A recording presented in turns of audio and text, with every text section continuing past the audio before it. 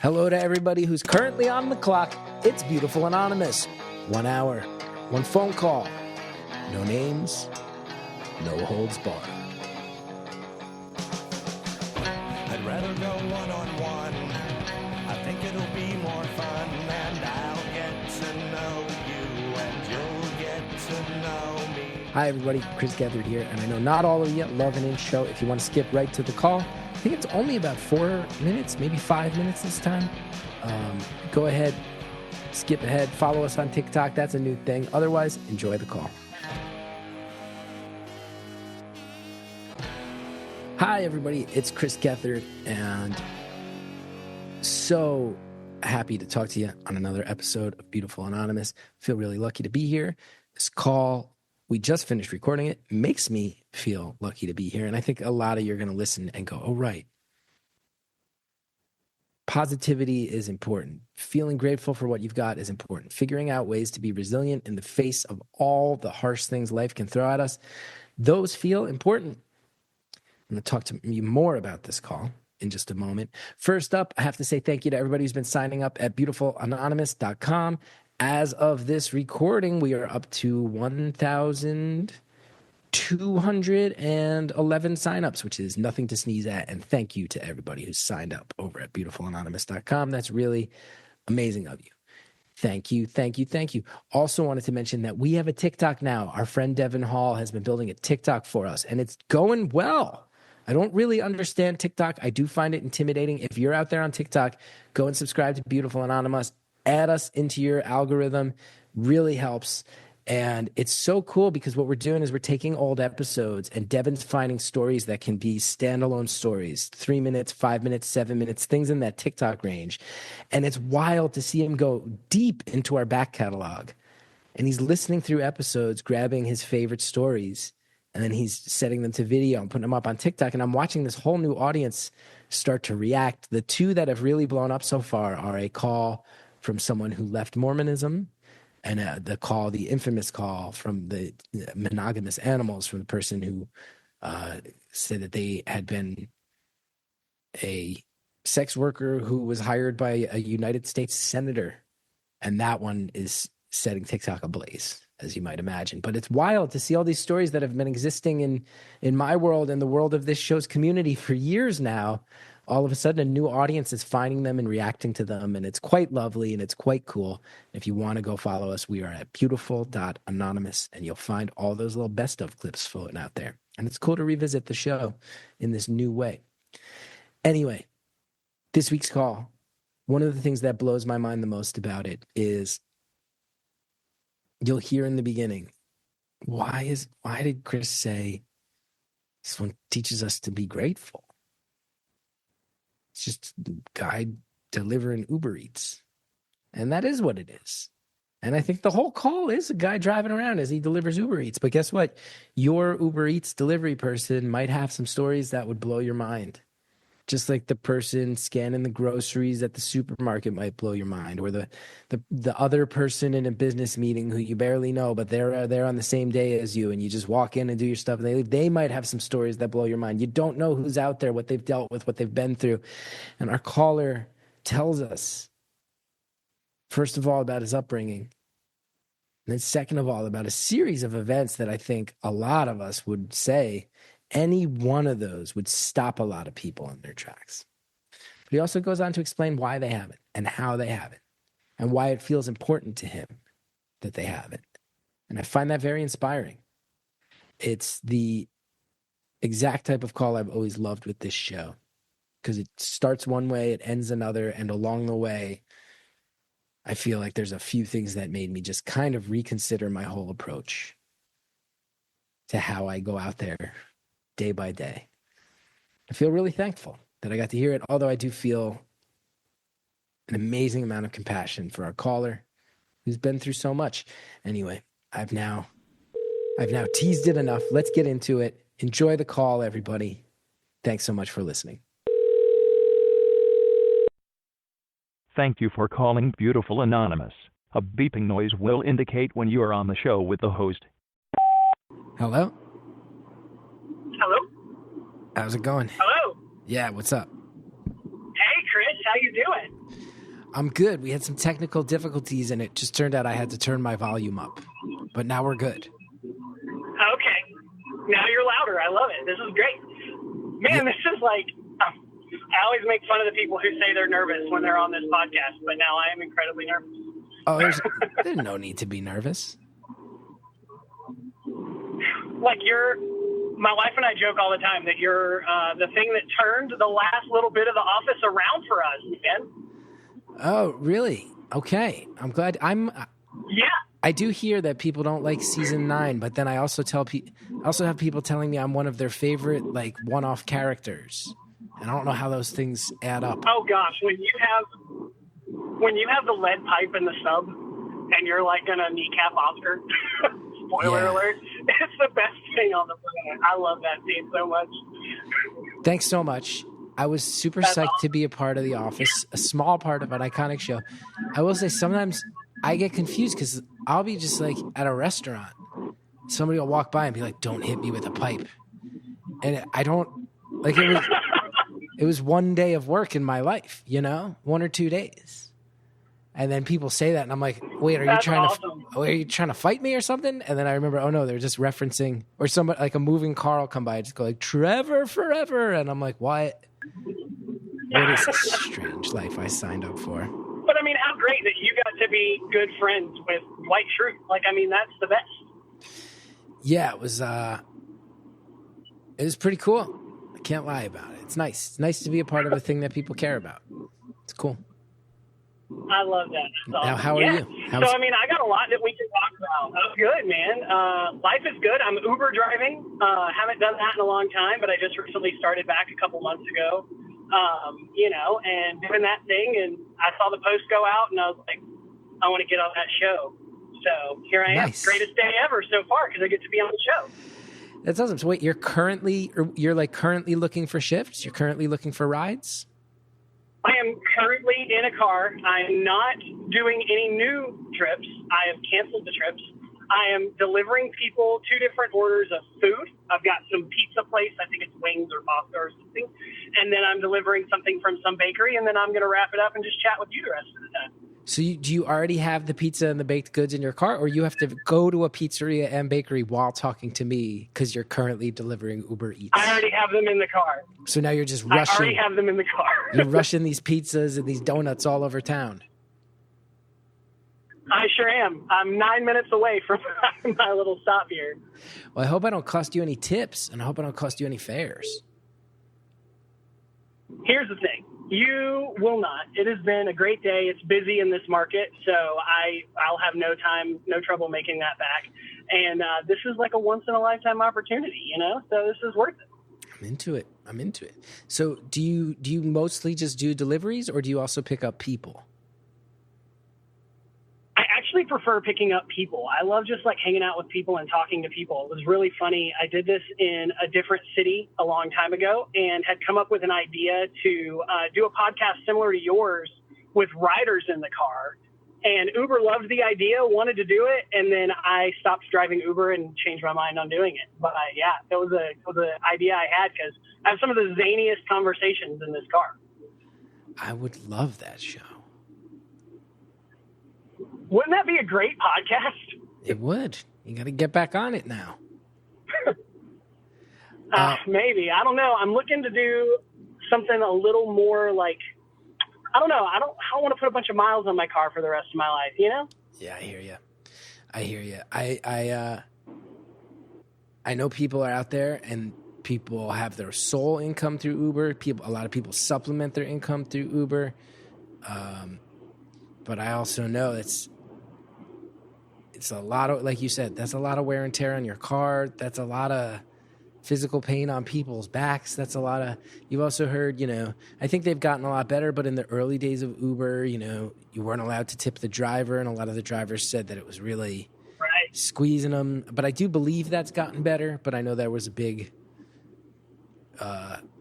real big PR push to kind of expose all that. So it's not easy. It's not easy. No, it's not. It requires, I tell my wife all the time, I'm like driving an 8-hour, 9-hour, 10-hour road trip every single day. Yeah. Yeah, that'll take it out of you. Let alone the fact that people probably want to Sure. push your limits. They want to get in your car all drunk. They want to try to hook up in the back seat. What type of stuff are we talking? Oh gosh, I have had someone drunk get in my car. They tried to get in with an actual like glass of beer in their hand. And when I told them they couldn't have that, they started calling me racist and telling me that the only reason I wouldn't let them have their alcohol is because of their skin color, and that was it. And they ended up rating me really badly. Thankfully, my reviews are pretty high. So Uber ended up, I just called customer support, explained what happened, and they removed that review from my account. But that was crazy. I've never had anyone hook up in my car to my knowledge. When we're driving late at night, sometimes you don't know what's happening. But not that I'm aware of. But yeah, there's one thing that happened in this city. I used to drive in a big city in the southern part of America. And I had this guy in my car. He was a really nice guy. We were chatting, and we were just clicking really well. And got a request for another trip because, he was doing an Uber share.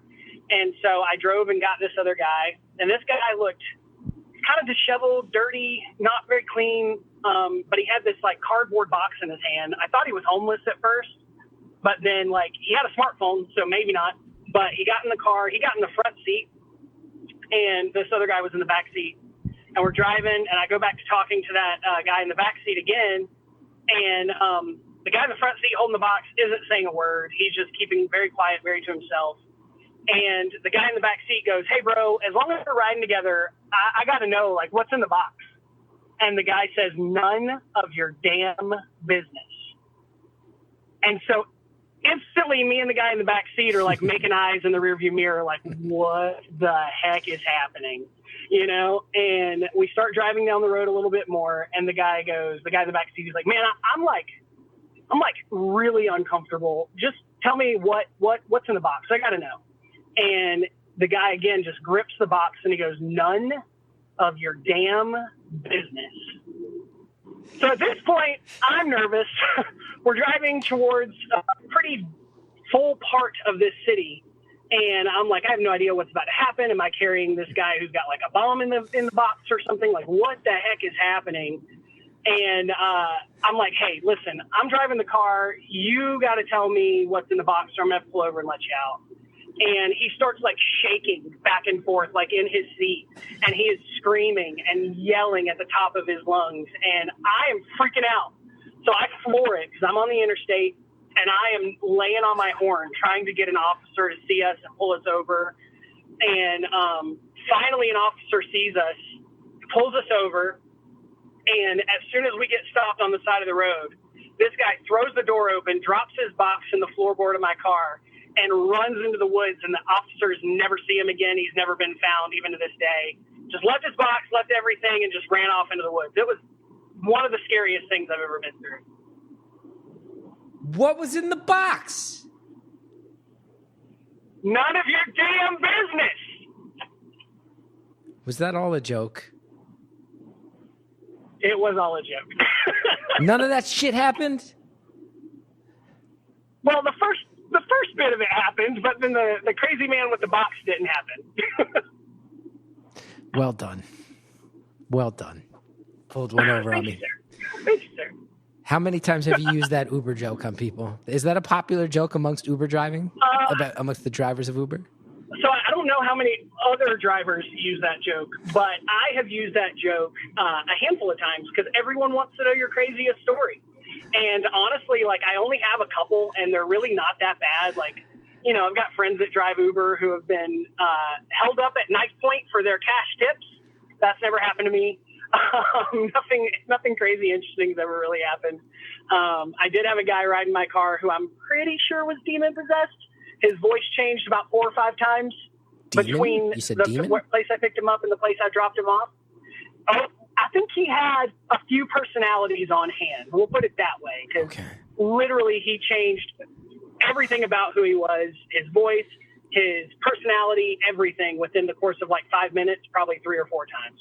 It was insane. That's one of the weirder ones that's happened to me. That is wild.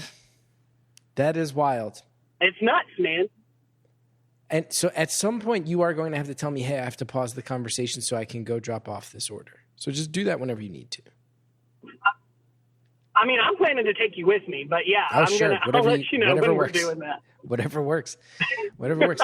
I don't want to leave you with dead air. I love that you're calling while driving. I love that you are mid-shift, mid-delivery. I love that you got stories of demon-possessed individuals. I don't know if you wanted to talk about driving your whole call with me today, or if you wanted to go in other directions, but let me know, because we could fill an hour with stories like this.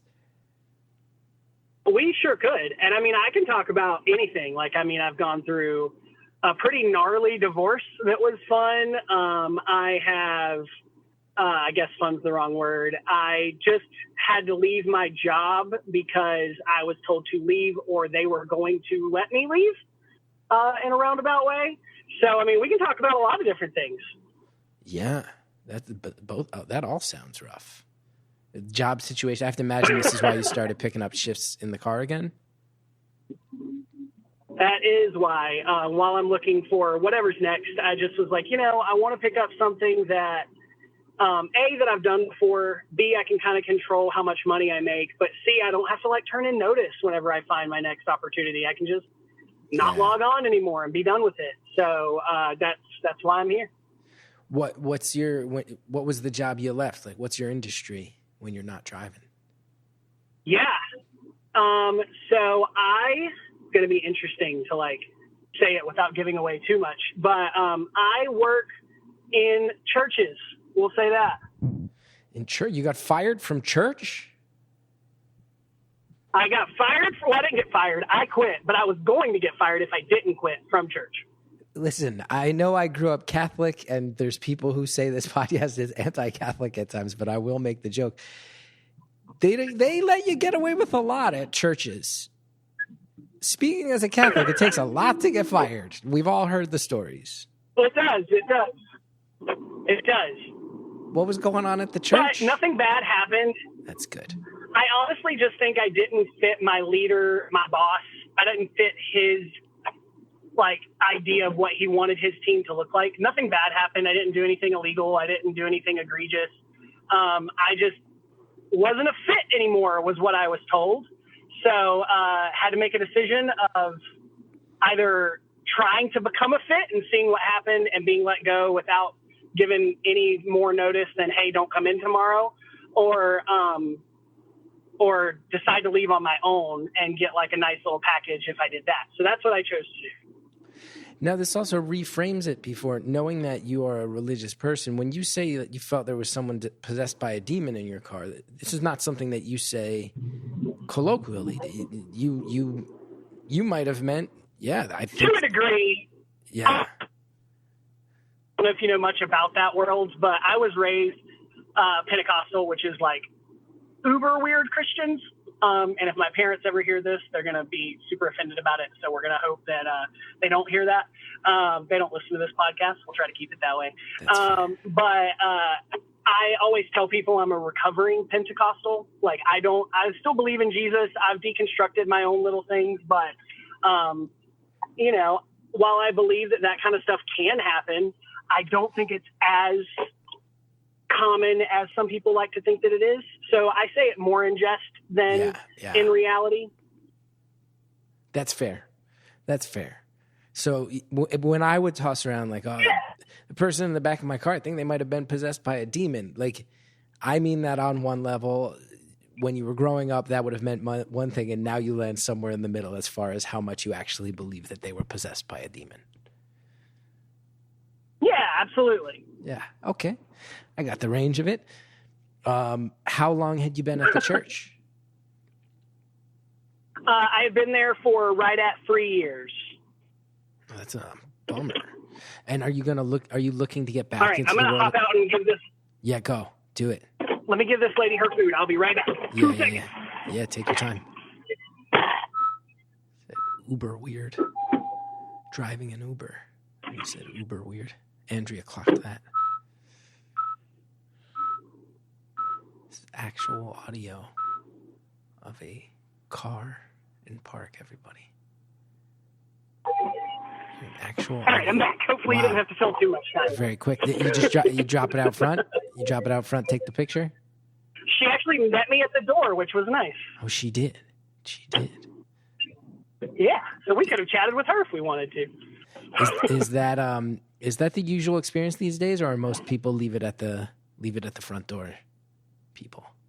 Most people are leaving it at the front door, but every now and then you run into someone who wants you to hand it to them. Yeah, that's fair.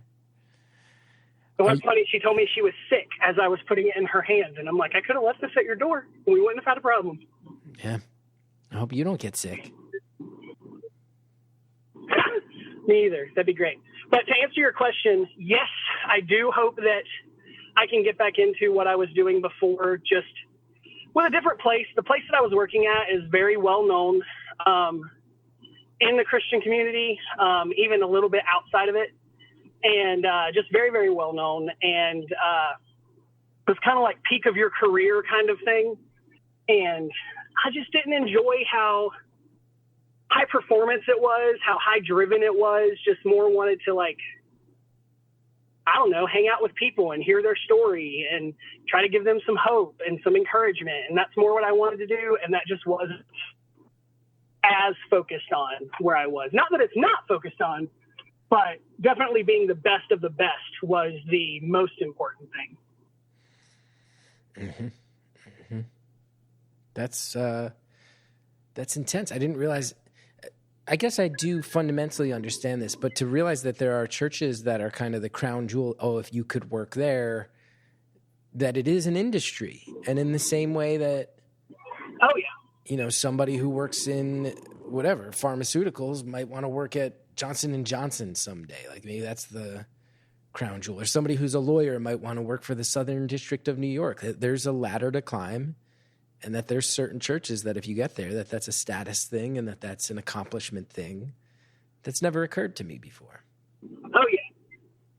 Yeah, that's definitely a thing. I don't know that I'm going to, having experienced what I've experienced, I don't know that I'm going to try to work at a church like that ever again. Like I've interviewed at several places and I've gotten a few offers and have turned all of them down. You know, I'm supposed to get an offer today that I don't plan to turn down. So I'm excited about that. Whoa. But I'm definitely not looking for churches that are as performance driven, as numbers driven, more just like, man, they're growing, they're experiencing a lot of cool things, but they really care about people a lot. And that's what drives them. That's more what I'm looking for. And when you say you're going to get an offer today, is that going to come in the form of an email, of a phone call? Is there a chance you'll put us on call waiting at some point and then flip back over and tell us whether you did or did not get the job? Zero chance. They've already told me that they're going to send it via email. But if I get it while I'm on the phone with you, I will be more than happy to tell you that I got it. We're gonna have to make sure before the end of the call that we let you refresh that old email inbox. Absolutely. It's a tough thing because like you almost look at what you want to do with these goggles that make everything look wonderful, and you find things that you don't necessarily like that you're like, I can look past it because I'm getting to work here. You know, it's not a big deal because I'm getting to do this. And then one day you wake up and you realize that all of those things that you said weren't a big deal were actually a really big deal and mattered a whole lot to you. And I think that's part of the reason why I was no longer a fit for my team, is just because I was feeling really empty. You know, I felt like I was running a race against other people versus doing what I felt like I was supposed to do with my life, and just didn't want to do that anymore. So it kind of was one of those things where if I wouldn't have been told what I was told, I probably would still be working there and wondering why I have anxiety when I go to work in the morning, wondering why I don't look forward to Sundays anymore. Like all of that kind of stuff. I think that me leaving was ultimately a really, really good thing for me. Well, that's good. That's good. Yeah. And you mentioned a divorce as the other big topic. Let's just get it out there. How long were you married? Yeah. You said it was a gnarly divorce, I believe was the word you used. What made it gnarly? she was. So we knew each other for, I'm going to say, less than 4 months when we got married, which is stupid. I met her online, and it was super great at first. She's from near where you're from, so I try not to hold that against you. But I ended up moving her to where I was living because she was like, you know, things were bad between her and her parents, and she was like, man, if I can just live where you live, things will get better. And so I was like, great, let's move you down here and let's make things better. So I found a place for her to live, got her moved down here.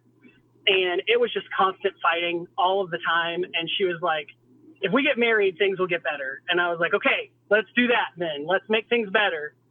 And man, it was still just bad. It was so bad. And it took years of counseling and after the marriage and during the marriage to realize that I was actually in a verbally abusive situation. I had no idea. I thought I was just this awful person who deserved to be talked to the way that I was being talked to. I was working at a church at the time, and as I felt things kind of imploding and really felt like I was this awful human being, I quit my job and was like, I'm not going to do this anymore because I don't deserve to do it anymore. The pastor I was working for tried to talk me out of it. He had been a part of the whole thing, and he was like, don't do this. And I was like, nope, I need to quit this job because I don't deserve to be here. And I quit. And then a few months later, we went through not fun divorce where, you know, we were both raised in fundamentalist households where if you got a divorce, it was this awful, sinful thing where you were this really bad human being, which kind of made me feel really trapped in a marriage I didn't really want to be in to begin with. And she had told me that she would not be the one to file, but she would make my life living hell until I filed because I needed to be the person who left, is what she said. And so I just kind of got tired of dealing with it. I filed, and now we're kind of where we are. How long were you married for?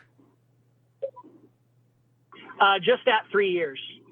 And we spent 2 years in marriage counseling. So it was not fun. Knew each other. Oh, was someone honking at you?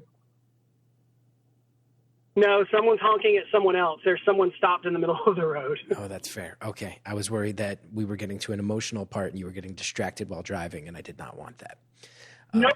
You're good. You're good. Good. So you knew each other less than 4 months, got married. It went bad within the first year, tried to stick it out for 3 years. That's correct. Yep. And how long have you been divorced now? 6 years. 6 years. Oh, okay. All right. I'm going to run this last order and then we'll finish. Ask them if they know the Beautiful Anonymous podcast. I'll ask for sure. Yeah. Thank you so much. That's a cliffhanger right there. Will the random person who ordered baked goods today know about Beautiful Anonymous? We'll find out that and so much more when we get back.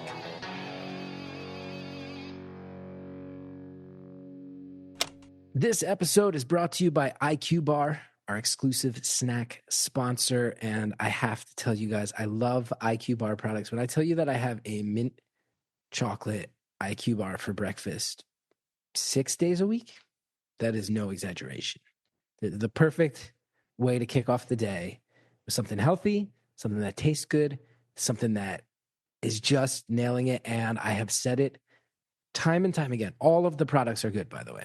The IQ Mix is really good. I keep it in my bag with me. My wife, you will not find somebody who likes IQ Joe coffee sticks more than my wife, Hallie. She literally does a little dance in our kitchen every time she preps one of them. It's an incredible product.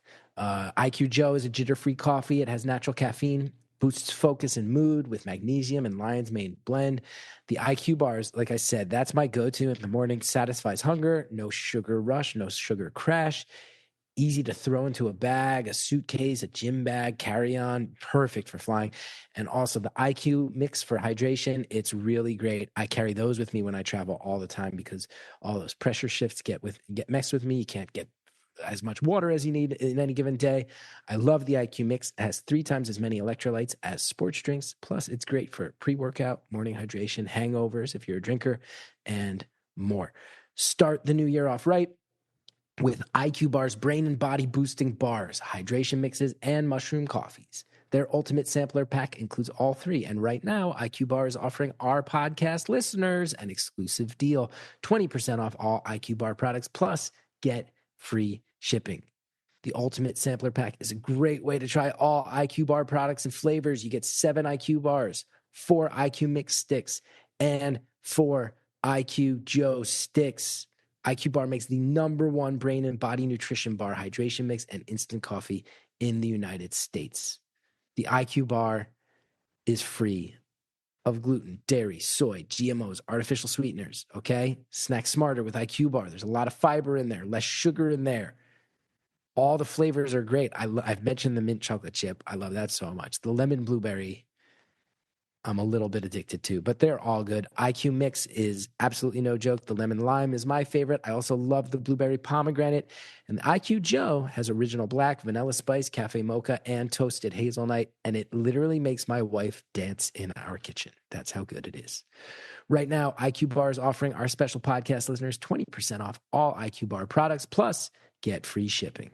To get your 20% off, just text beautiful to 64,000. That's the word beautiful to 64000. That's beautiful to 64,000. Message and data rates may apply. See terms for details. It's the new year, so you have a new chance to reimagine yourself, okay? To rethink your presentation and, importantly, your closet. And I have to tell you, Quince is no joke. Quince is out here throwing down with high-quality products. Just this morning, I folded my charcoal Quince sweater and I placed it on the edge of the bed up in my office / guest room because I want to wear it soon because I said, I know I need to look good. I'm going to rock out with this Quince sweater. So I'm going to make sure that I look good. It's the way to start the new year with Quince. Everyone needs Quince's Mongolian cashmere sweaters. Okay, they start at $60. If you want to look good, you got to get one of these sweaters. There's no better workout motivation than some new active wear. The performance tees and tech shorts from Quince, those are perfect for any movement. However you choose to refresh yourself this year, all Quince pieces are priced 50 to 80% less than similar brands. Let's talk about how they're able to do that, because this is the part that I really love. They partner directly with top factories. That cuts out all the middleman costs. Those savings get passed on to you. And speaking of those factories, they only work with factories that use safe, ethical, and responsible manufacturing practices. That is super important.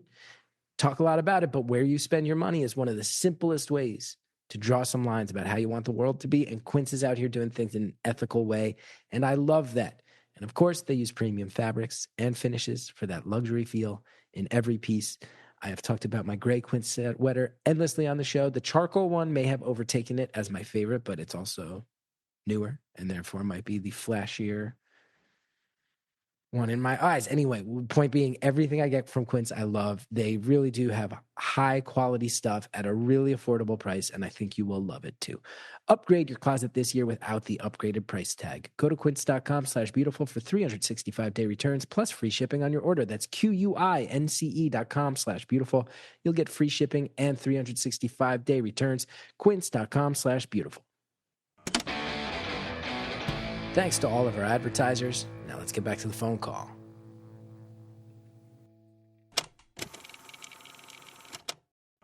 Ask them if they know the Beautiful Anonymous podcast. I'll ask for sure. Yeah, thank you so much.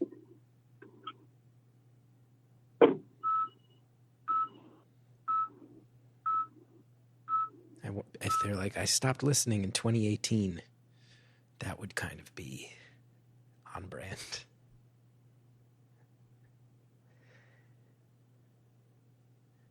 This is... Andrew points out that this type of audio right here, where there's silence, this is how we got all the people who used to listen to come back to the fold. It's just me talking into a void. Oh, you're saying one Uber driver at a time. We only do calls with... Yes, okay, hi. She has no idea what the Beautiful Anonymous podcast was. I get that a lot. That's fair. That's fair. So But I told her, and hopefully she'll listen. Thank you. Yeah, thanks so much. No, we're going to start only having calls with Uber drivers and then just pay them to drive around telling people about the show. I think that would be a good Hey, I'm in. I would love it. So you were all together with this person for a little more than 3 years. You've been divorced for 6 years. So it's now close to twice the amount of time without this person in your life than was in it, let alone all the time that led up to that. But still going through that, let alone the fact that you've referred to it as abusive, that's not easy to shake off the effects of that. No, and it took me a long time to come to terms with it being abusive because, like I said, I felt like I deserved what was being said to me because the trick was that, you know, when you're with someone you love, like, you know how this is, you share the things that scare you, the things that freak you out, the insecurities you have, because this is someone you can trust, you know? And when we would fight, she would pull those insecurities out and be like, hey, you know, people talk bad about you when you're not around. Hey, you know, people make fun of you when you're not in the room. Because, like, I would say, like, oh, I had a really good day, so-and-so and I chatted. And she's like, yeah, I've talked with so-and-so. They actually hate you. And I'm like, oh, good to know. You know, I ended up ending my friendship with my best friend who I had known for 10 years at that point because he hated her. And she was like, you should pick me over him because I'm your wife. And I did that. Thankfully, he and I are best friends again today, which is awesome. But, yeah, I got really isolated and I went from being this like loud, hyperactive person to this quiet shell of a human being who thought everyone hated him and didn't know how to make his life better. Wow. What's that when you call that best friend back and that 10 years have fallen apart and you've chosen her? What's it like to pick up the phone and say, hey, so we're breaking up. We're getting divorced. It was a real moment of healing for me because I called him and I was like, we were separated at the time. And I just had this conversation with her about like, because how long it needed to be. And that was when she told me like it was going to be until I divorced her because she didn't want to be the one to pull the trigger. And so I was living on a friend of mine's couch. And I was like, I'm going to get a place to live. And I called my friend who managed apartments at the time. And I was like, bro, I need a spot to live, and told him kind of what was happening. And he said, tell me where you are and I'll come pick you up and pick up your stuff and we'll get you into one of our apartments today. And that's literally what happened. So he just stepped right back into the picture as if nothing had happened, as if no time had faded. And, took me out to dinner that night and just like made sure I was okay. It was the best. So just having him jump right back in, and there was no like, I told him profusely that I was an idiot and that I was so sorry. And he just kept saying like, you don't have to say that. Like, you don't have to say that. And that was a game changer for me. It was the first person that told me in a long time, like, the things she's saying about you are not true. People actually do love you a whole lot. And it was super cool that he got to be that person and that he had so much forgiveness for me, because like I remember being like, bro, the way you've talked to my wife, I'm not going to put up with it. The things you've said, I'm not going to deal with that. Like, she doesn't deserve that. And I remember full on having those conversations where I didn't just end the friendship, I made him the bad guy. And for him to just be able to flip that switch so easily just meant a lot. That's almost, I mean, it's not a pissing contest of comparing them, but that's almost as intense as some of the divorce conversations. Yeah. That moment when you pick up that phone and ask for a favor from this person who feels burned, and then they step right up and knock it out of the park taking care of you. Yeah. That's gotta Yeah. That's like, take a deep breath and let out some tears.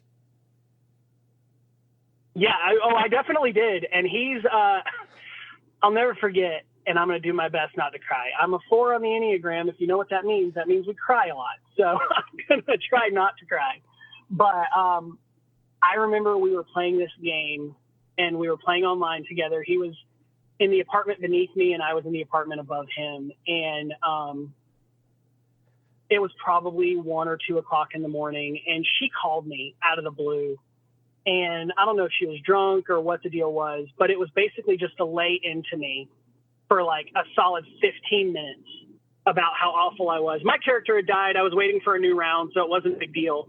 And I just sat there getting berated. And then I remember getting back on the headset in literal tears and saying, I just don't understand why she has to be so mean to me. And he said, hey, can I put you on hold real quick? And I was like, yeah, absolutely. And he typically would make like a good night tea. So I assumed that was what was happening. And then the next thing I know, I hear a knock at the door, and I open the door, and it's him. And he had just let his character just get shot and die in this game. And then he just hugged me for a good like 5-10 minutes. And we just talked the rest of the night about like how I was doing, how I was feeling, how I know the things she's saying aren't true, and all of this. Like, he has been the best friend I could have ever asked for in the entire world. And I don't deserve to have a friendship like that, because he's the best. He's the absolute best.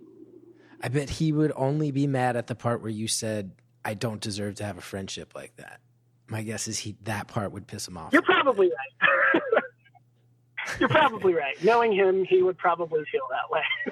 And when you're in a marriage that goes as south as yours did, as far as the way you're being spoken to, the way things are between the two of you, I mean, it's been 6 years. I imagine you've started dating again?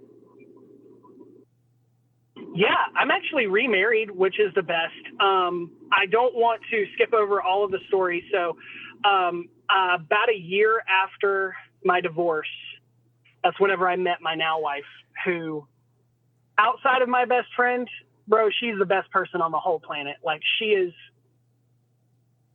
like, if there is such thing as an angel being on earth, it is this woman. Like, she is, I'll tell you some of the reasons why in a minute. But I was about a year removed from my divorce, and I lost my 11-year-old nephew to suicide. And No. I had just started dating this girl. We had dated for probably 4 days when my nephew died. And You said 11 years old? I remember at 11 years old. So he had this chronic illness that made him feel basically like arthritic pain anytime he did anything like play or anything that caused him to basically break a sweat. He would be in pain for days afterwards. And he just got to the point that he couldn't deal with it anymore and took his own life. And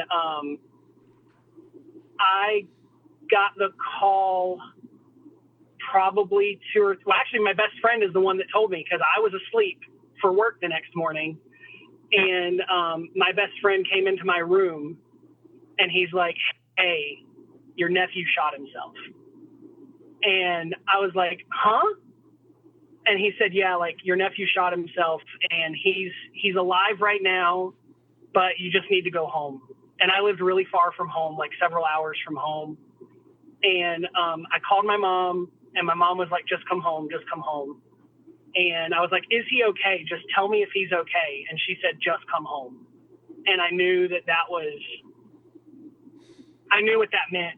And, but I didn't want to believe it. I believed he was going to be fine, that everything was okay.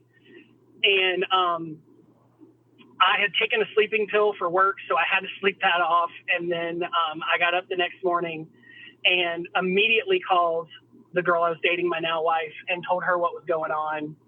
And I had probably a 4 or 5 hour trip home, and she called me 4 or 5 times just to check in and be like, how you doing? How you feeling? What are you thinking? You know, she would pray with me and do all of these amazing things. And it was just so nice to have her, because like I would be driving home and I would think about something that me and my nephew shared, because we were really close. And I would think about something and just start dying in the middle of this road driving home. And it would always be right about then that she would call me. And she would bring a little bit of centeredness, a little bit of peace. And I just don't know if I could have gotten through that moment without her.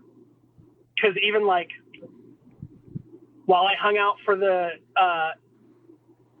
funeral, like she would call me a couple of times a day to check in, see how I was feeling, see what I was thinking.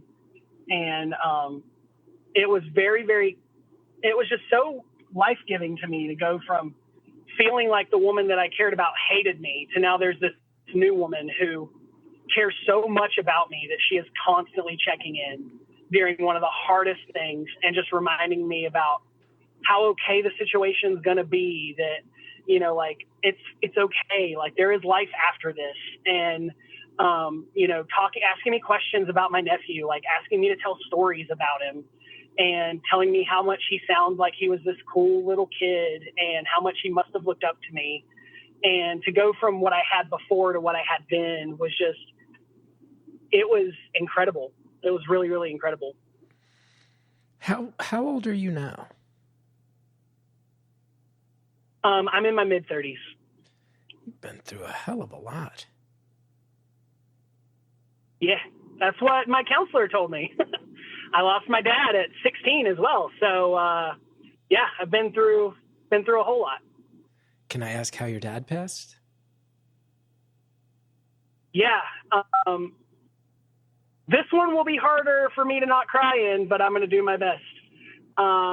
My dad was an abusive alcoholic my whole life, but he was the kindest, gentlest man when he was sober. Like he was like, just everyone went to him for everything. Like he was knowledgeable. He was wise. People wanted to hear from him when he had when they had a question. He was a construction builder. So he built like houses and stuff for people. And people always would be like, man, I got to get so-and-so on the phone to ask his opinion on this thing I'm trying to do at home. And I was just so proud of who my dad was. And he had gone off to rehab a couple of times and it never really stuck. And he had been sober for several years. And then I actually remember calling him, and you're probably the third person that I've talked about this with. I remember calling him when he was at rehab for the last time, and I told him that he wasn't my father, that I wanted nothing to do with him because he had not sent me a birthday card. And it just really pissed me off because I was really looking forward to hearing from my dad. And I had not spoken to him in over a year. And I was like, man, I'm looking forward to this birthday card. I know I'm going to get one. And then I didn't get one. And I called him and I said, you're not my father. You have made no effort to be my father. I want nothing to do with you. I hope you get better, but I want nothing to do with you. And got off the phone. That was the last time I spoke to him. And about a year later, I get a phone call from my grandmother who says, your daddy's dead. I was like, okay, what does that mean? And she said that he had received a letter from my older sister, basically saying what I said to him. And except in the letter, she had said, you still have a chance with your son. He was young enough that he doesn't know what you put our family through. But as far as I'm concerned, you're not my father. And shortly after he received that letter was when I called him and told him I wanted nothing to do with him, that he was not my father. And that basically he could kick rocks and go find his own life. And my grandma said he started drinking again, and his body just couldn't take it this time. He ended up going into seizures and went into a coma, and they could never wake him up. And that was how he passed.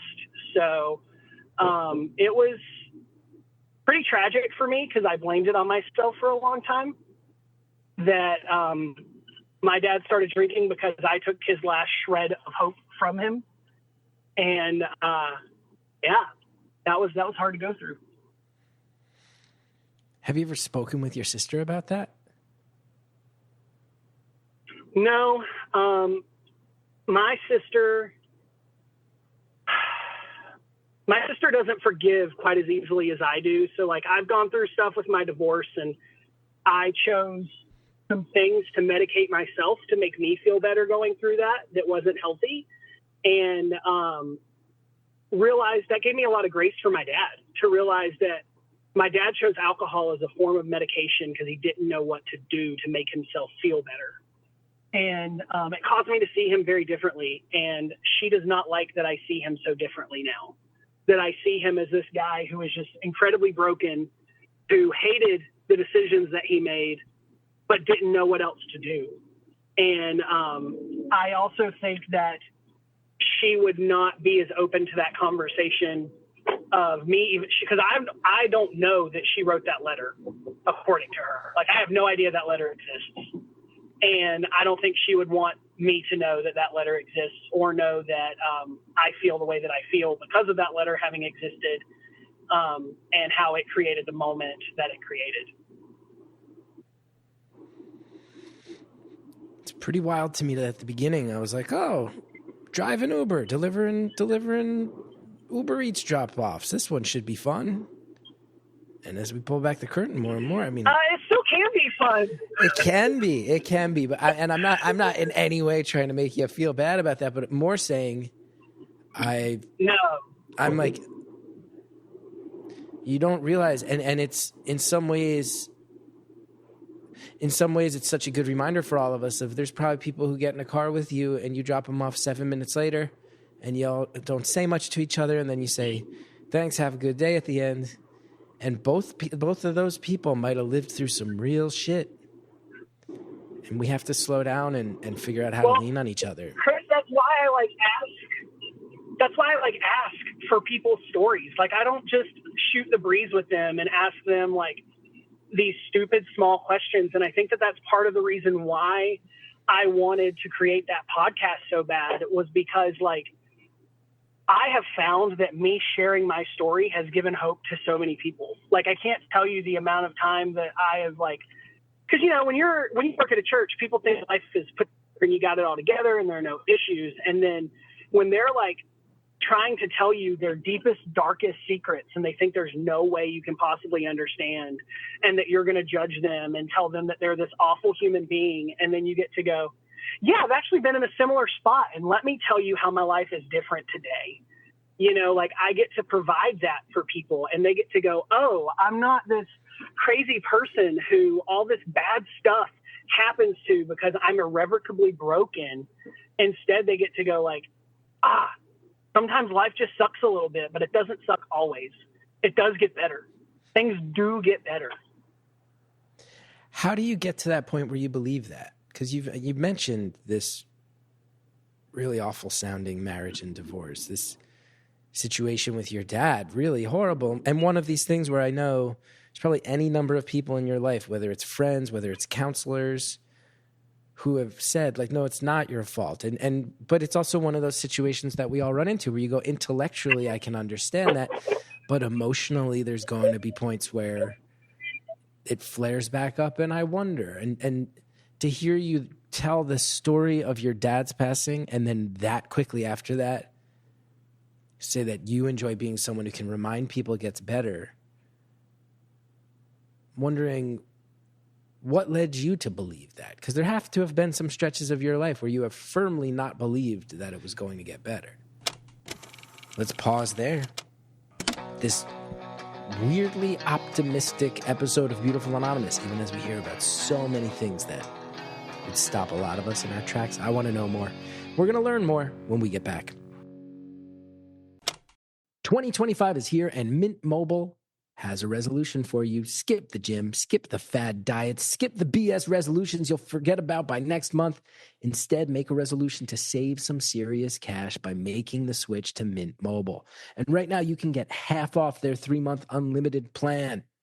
That is no joke. I know I am not the only one out here that knows that feeling that you get these random mysterious bills from your wireless companies going. It varies so wildly every month. I use it the same way every time. Mint Mobile is out here slicing through the nonsense and just giving it to you straight. It's time to leave your overpriced wireless plans, jaw-dropping monthly bills, unexpected overages, and all that other nonsense behind in 2024. 2025 is about Mint Mobile, who's dropping huge savings for the new year by offering any 3-month plan for only $15 a month, even their unlimited plan. All plans come with high-speed data and unlimited talk and text delivered on the nation's largest 5G network. You can even bring your current phone and your number. Ditch overpriced wireless with Mint Mobile. It's so easy. Sign up online and get 3 months of premium wireless service for $15 a month. Switch to Mint, and new customers can get half off of an unlimited plan until February 2nd. To get your wireless plan for just $15 a month and get the plan shipped to your door for free, go to mintmobile.com/beautiful. That's mintmobile.com/beautiful. $45 upfront payment required, which is equivalent to $15 a month. New customers on first 3-month plan only. Speed slower above 40 gigabytes on unlimited plan. Additional taxes, fees, and restrictions apply. See Mint Mobile for details. I have been loving my experience with Pros. I'm so happy to finally be able to tell you about Pros, who has got me hooked on their stuff in a way that I never saw coming, honestly. But Pros has been blowing me away. Maybe you're like me. Maybe you're somebody who, first of all, I'm very susceptible to sun, to wind, to all sorts of things that affect your skin, let alone the stress of 2024. That can do a number on your hair and your skin. I will tell you that being a pale gentleman like myself, I have not cared for my skin over the years as much as I have, and a dermatologist told me to get to work, and Pros has been helping me do so. This new year, skip the resolutions, go straight to results with custom beauty formulas from Pros. It's 2025. You deserve better than impersonal beauty. I'll tell you, I went to Pros, went to their website. It asked me a series of questions about my current skincare routine, which was largely non-existent in my case. Talked to me about problems that I have, dry skin, all sorts of things that I was able to flag question by question. And what it did was it immediately turned around and said, we're going to build products with these formulas for you. Here's the things you need for the specific things you have flagged. And I went, this is simpler than I thought and makes me feel like it's taking all the hard work out of my hands and making this a very simple process. And I will tell you, my wife has been really proud of me as I use my personalized face wash and serum and moisturizer every day now. And I feel like it's actually on target and it's working. Pros makes beauty personal, truly custom hair care and skincare formulas that couldn't exist without you. Each and every bottle is made to order based on an in-depth consultation that covers everything from your beauty goals to the weather and water where you live. From millions of possible formulas, only one is uniquely yours. And Pros only uses naturally powerful and proven effective ingredients, selecting from over 185 clean ingredients to target your specific concerns and goals. See your healthiest hair in just 4 weeks, backed by more than 500,000 5-star product reviews and a clinical study that proves personalization works better. And with the Pros promise, if you don't love your first order, it's on Pros. So there's never been a better time to switch to custom. Pros is so confident that you'll love your results this year that they're offering an exclusive trial offer. 50% off your first hair care subscription order at pros.com/beautiful. That's PROSE.com/beautiful. Get a free consultation and 50% off your custom routine. It's a steal right there. Pros.com/beautiful. Thanks again to all of our advertisers. Now let's finish off the phone call. There have to have been some stretches of your life where you have firmly not believed that it was going to get better. Yes and no. I think for me, this is causing some emotion. I'm trying to not let it. But I think for me, it's this undeniable belief that it just has to. Like, it cannot be this bad always. You know, like whenever I was in that season of losing my nephew, losing my marriage, Chris, I asked God on the floor of my living room in that apartment. I was like, what did I do to piss you off? Like, what did I do that you would take all of this from me? Like, I blamed the loss of my nephew on something I must have done that I'm not aware of. I blamed the loss of my marriage on me. It was my fault at the time. Like, I fully believed, and granted, I was no picnic. I was no walk in the park. Like, I didn't do what I should have done in some instances, but like, I remember asking that, and I'm going to try not to go too churchy on you. But there's a story in the Bible about a guy who had everything in his life taken from him. And his friends are telling him, like, bro, it's because you're this awful human being that all this has happened. There's some secret sin that you've not confessed to God that he's taken all of this from you. And his response is, no, there's got to be some sort of mistake. And he says, even though he slay me, I will trust him. What other hope do I have? And that verse got me through so much, and still gets me through so much, knowing that, like, that's the only hope that I have, is that it has to get better, that there is something out there bigger than me that cares about my life and cares about the things that are happening. And just like with all the lows that I've had so many highs that make those lows feel like nothing, that I look back at them and, man, I would never relive them again. And I've said this countless times as I counsel people going through their own stuff. And I say, like, I would never relive them again, but I would never avoid them if I had to do this life over again. Like, I wouldn't trade what I've taken from those things. I tell my wife all the time, when we first started dating or when we got engaged, she would say, I wish you didn't have to go through that. And I said, if I didn't go through that, I wouldn't love you as good as I do today. Because I know what living with hell feels like. I now can fully appreciate the woman that you are and the good things that you bring to our relationship. Like, I get to appreciate that and love that differently because I know what bad feels like. And I've seen that play out so many different times in my life that it's insane. Just encouraging the men who I surround myself with and explain to them, like, the men that got me through were the men that my mom put me around whenever I didn't have my dad in the picture. And I'm like, you can be that for other people. What those men were for me, that used to pick me up and take me to their house and we would go ride on a go-kart, like, and just shoot the breeze and act like nothing else mattered. Like, you can be that for someone else who also doesn't have a dad. And that can change their entire world, just like those men did for me. So, like, I have seen the bad things that have happened to me be redeemed for good things, ultimately.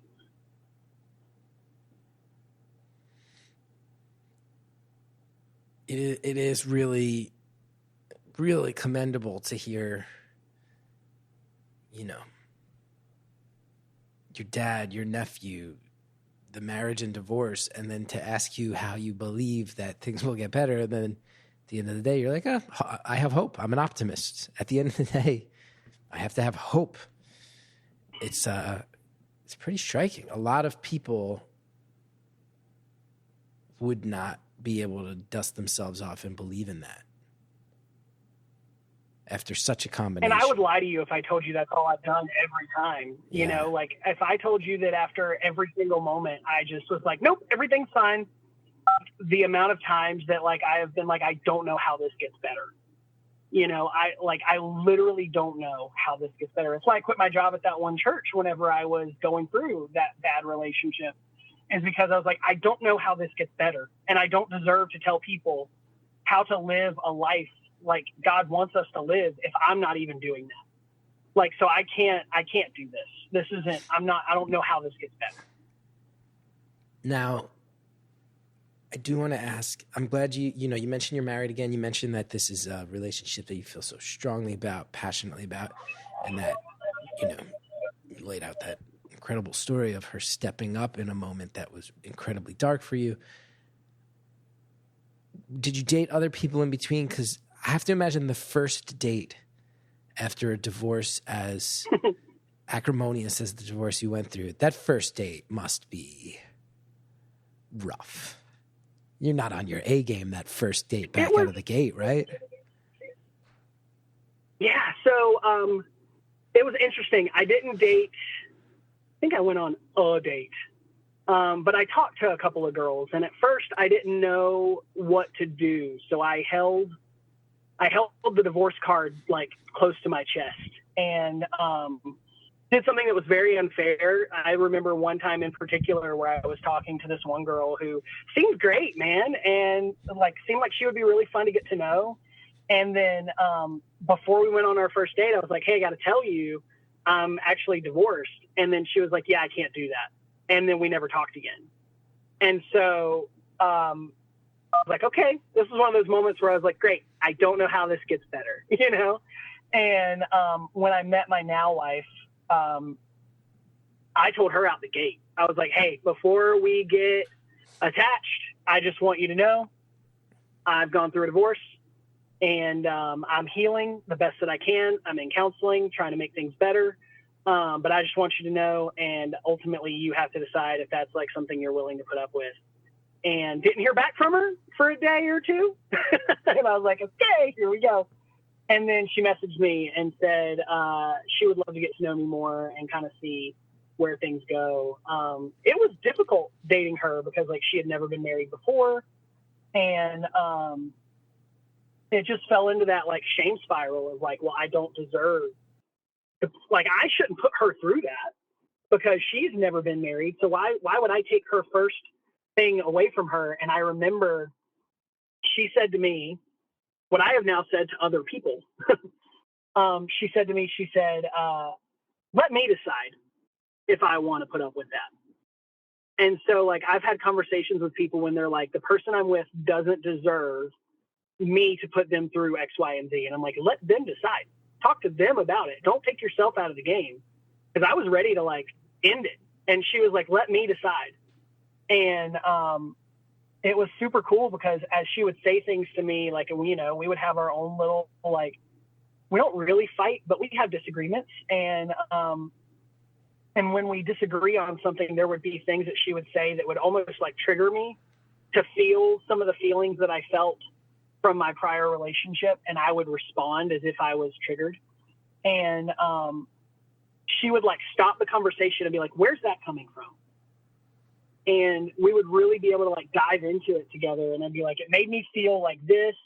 It reminded me of this moment. And I felt like I had to defend myself, you know, and the things she would say to me every time is, I'm not her. So let me know when I make you feel that way so I can fix it. And she like taught me how to have a conversation with someone in a relationship again that was healthy, that wasn't me having to defend myself right out the gate and prove that I wasn't a bad person. So yeah, dating with her was clunky and hard and difficult at first, but she is such a fighter that she wanted to fight so hard to like let me know that I mattered, to let me know that I was okay, to let me know that I was ultimately loved. And she did such a good job of it. She did so many things that other girls would have been like, nope, don't have time for that. But that was not her choice. She wanted to stick it out and wanted to make it work. And we just celebrated our third anniversary of being married and our 5th year of being together. So, you know, I told her when we started dating, because, you know, I was new the last one for less than 4 months. And I said, I'm not going to get engaged to you till we've been together for at least a year. And we're not going to get married till we've been engaged for at least a year. I'm not doing that again. And she was all for it. So here we are. It is striking to me, you know, as someone who lives pretty agnostically, I do get the sense that there's almost like a divorced dating scene where different divorced people find each other. And there's friends of mine who are divorced who date a lot, where it's almost like, oh, this is how I meet the other divorced people. But it is striking to me, oh, if you grow up Pentecostal, you're in a culture where divorce is real, like a real albatross, and makes dating so much harder. Yeah, divorce is seen as a sin. You're done. Yeah, you're done. And, you know, my mom ultimately was a woman of divorce, and I saw that play out in the church where we had a pastor basically tell my mom and the guy she was dating, who's now my stepdad and is the greatest man on the whole planet. But, you know, he told her that he was going to take my entire family to hell if he stayed with her. And thankfully that was mom's decision to leave that church after that, because she was like, that's not okay. And I think that was the first like realization of we might be a part of something kind of weird, and kind of learning how to move on from that. Wild. Wild. I'm glad to talk to you today. I'm glad you're driving. I'm glad you're standing. I'm glad you got that friend to lean on. I'm glad you're in a marriage that you feel great about. Because I feel like I'm talking to somebody who had a few times in life, at least, and only the ones I've heard about, where if you went and made a bunch of self-destructive choices, nobody would have blamed you. People would have been sad, but nobody would have. Yeah, people would have understood. Yeah. I had a counselor tell me the same thing. I had a counselor that asked me when my nephew died, he said, I have to ask you a question and understand if you say yes, it's okay.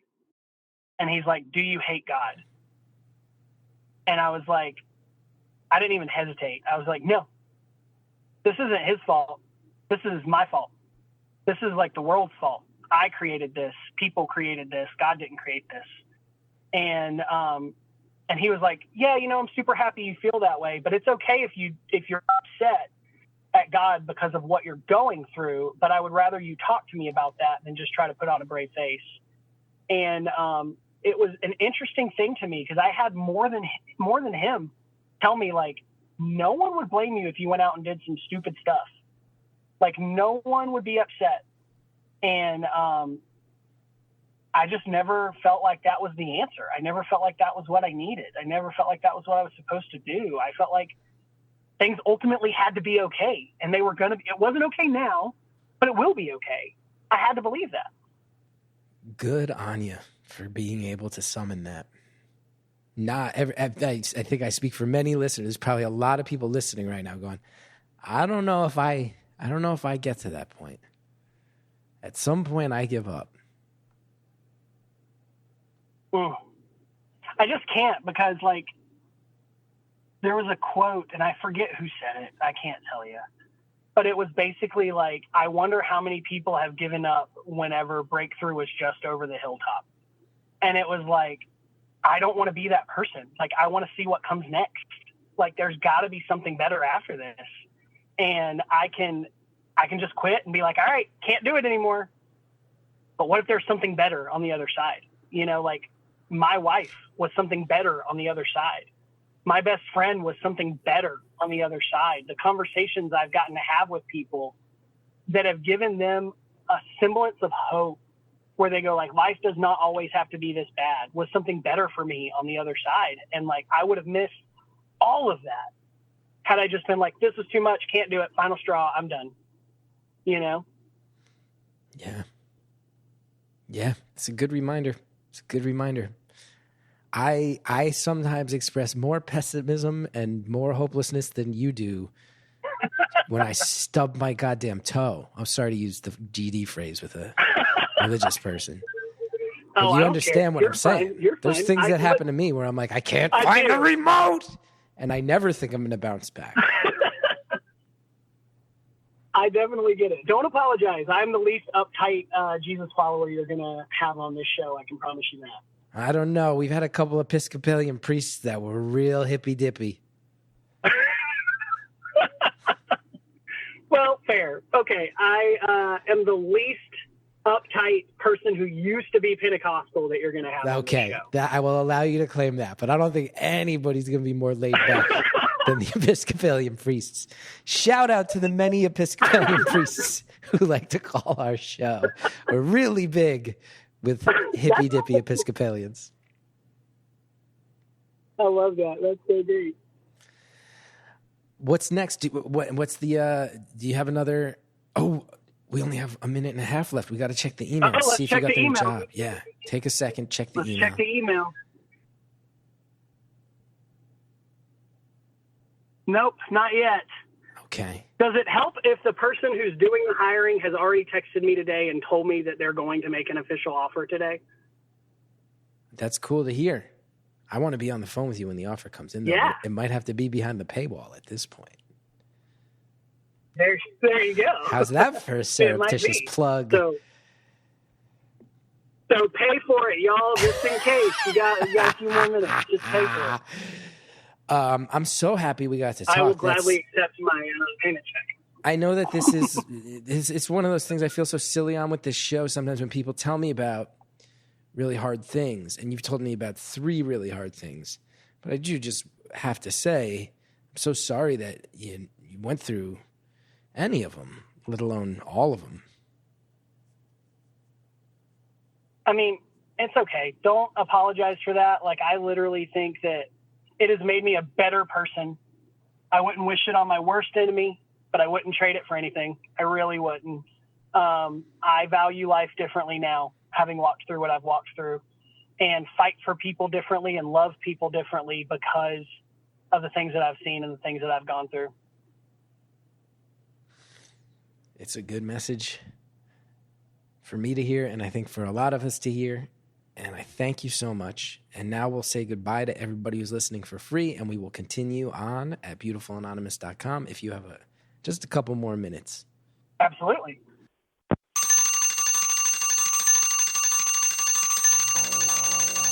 Caller, thank you so much. Thanks for sharing the details of where you're at in the micro sense, driving, dropping off orders, letting us into your life, and also so many things from your past that are not easy to share. It's really eye-opening. I know I said it in the course of the call, but the fact that those coexist is just such an eye-opening look at how life works and how things go, and I thank you for that reminder, and I thank you for your trust.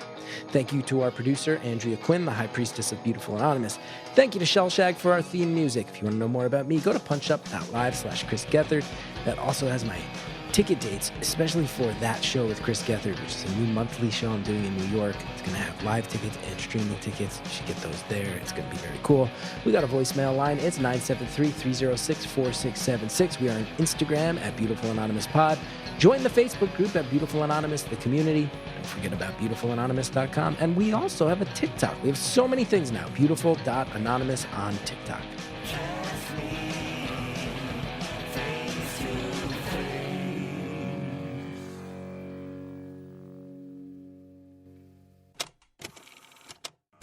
This week on Beautiful Anonymous Plus, here's some of what you'll get from the 5 questions.